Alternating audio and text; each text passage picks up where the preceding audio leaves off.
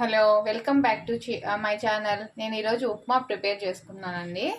First కొంచెం oil వేసేసుకొని దాంట్లో కొంచెం తిరువాత గింజలు, శనగపప్పు, కొంచెం వేరుశనగపప్పు, అలాగే కట్ చేసి పెట్టుకున్న టమోటా, పచ్చిమిర్చి, ఆనియన్స్ అన్నీ వేసుకొని బాగా వేపుకోవాలండి దోరగా. నేను ఇక్కడ బన్సీ రవ్వ అండి ఒక గ్లాస్ మీద తీసుకున్నాను. 4 మెంబర్స్కి సరిపోతుందండి. ఒక గ్లాస్కి 2 గ్లాసుల వాటర్ వేసుకోవాలి. ఇంకా ఇది పూర్తిగా వేగిన తర్వాత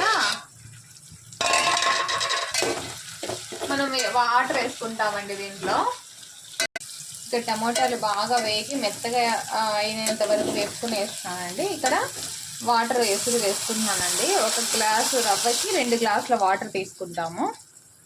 2 గ్లాసుల వాటర్ వేసుకుని రుచికి సరిపడా ఉప్మా రవ్వ వేసుకొని ఉండలు లేకుండా